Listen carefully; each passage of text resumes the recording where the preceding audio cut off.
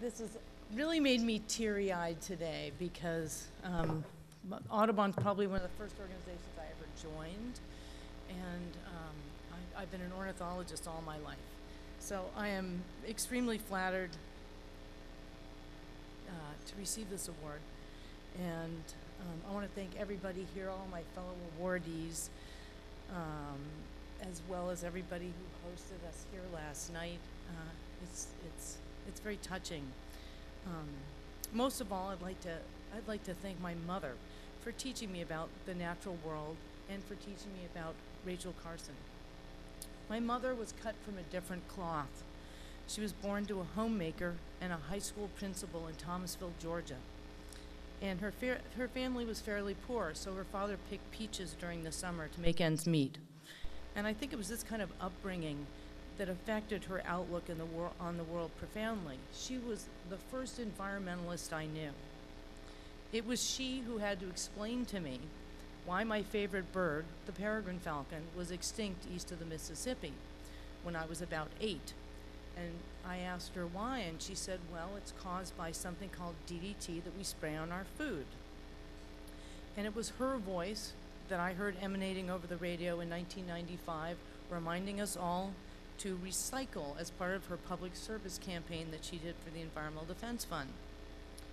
She taught me to read when I was about 5, which most people were questioning last night, but it's actually true. And after Ernest Thompson Seton's Wild Animals I Had Known, she gave me Silent Spring, which she had just read. I was not 5 at that point. I was maybe 10. I guess that's why I always ask so many questions about food. Where did it come from? What was it good for, for you, for the planet? So from my observations about the peregrine's plight, I came to appreciate how the ecology of nature is directly linked to the ecology of the human world. The two are inexorably and undeniably intertwined. And consequently, I realized how profound a change to organic agriculture could mean for the environment and for mankind.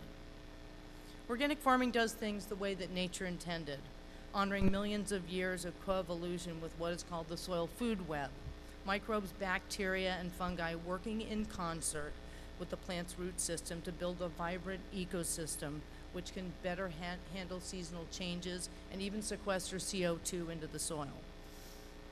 So when we talk about organic today, we're describing more than a farming technique. We're describing a fundamental change in ideology. Different ways of living. Wait, I just lost my spot too. I hate these things. I hate these stupid little things. When we talk about organic farming today, we're describing more than just a change in our organic farming technique. We're describing a fundamental change in ideology, politics, and culture. When people can grow their own food, take care of their own land, and preserve it for their children, we're promoting a shift in awareness, a shift away from corporatocracy and back to sustainability and resilience. For me, it's about believing that nature bats last, and that by growing organically, you will be on the winning team. Organic food costs more because it's not subsidized. Conventional food appears to be a bit cheaper by comparison, but we're just paying the cost in other ways.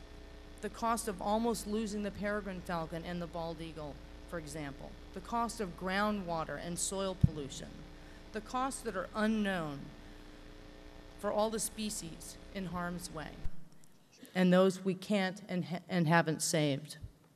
Slowing the destruction and reversing the damage, however, does not require an enormous sacrifice, but it does require imagination and temperance.